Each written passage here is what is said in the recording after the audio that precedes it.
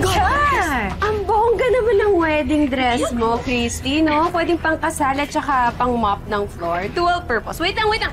Diyan ka lang. Pipicturean kita para may pang wallpaper ako. Alam mo, tatawanan ko kapag bored ako. Umigil ka nga!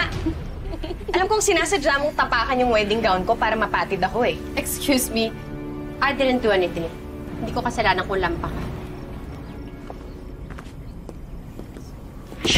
Ay! Shay! Ha? Lampa? Minahan kayo. Baliw ka na ba? Ha? Sinasadya mo, no? Nasadya. Wow, Shaira, sinasadya. Wala akong pake.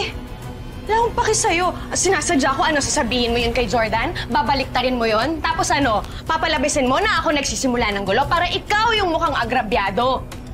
Style mo, bulok, Shaira. Ikaw, Leslie, dalhin mo nga sa simbahan yung best friend mo. Pa-bless mo kay Father kasi mukhang sinasapian ka naman siya ng demonyo. Pwede ba, Nonit? Kasalanan ni Christy, kung hindi niya tinulak yung manikin at tinamaan si Shaira, edi sana siya magagalit.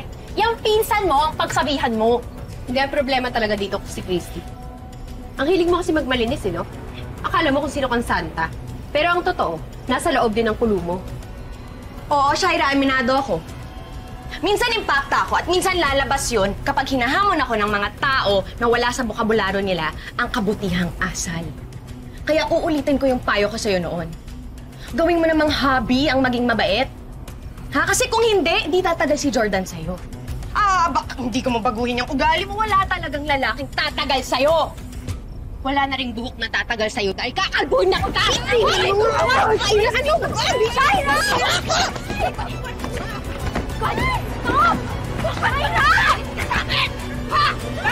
Sige, ikaw! Hindi ko alam kung bakit galit na galit ka pa rin sa akin hanggang ngayon. Bakit threatened ka?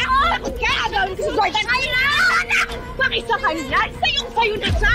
Sayong-sayo na siya! Christy, tigilan ka! Oh my God! Christy! Shaira, ano ba? Christy, stop! Oh my God! Laban ka pa? Itakot ako sa'yo eh!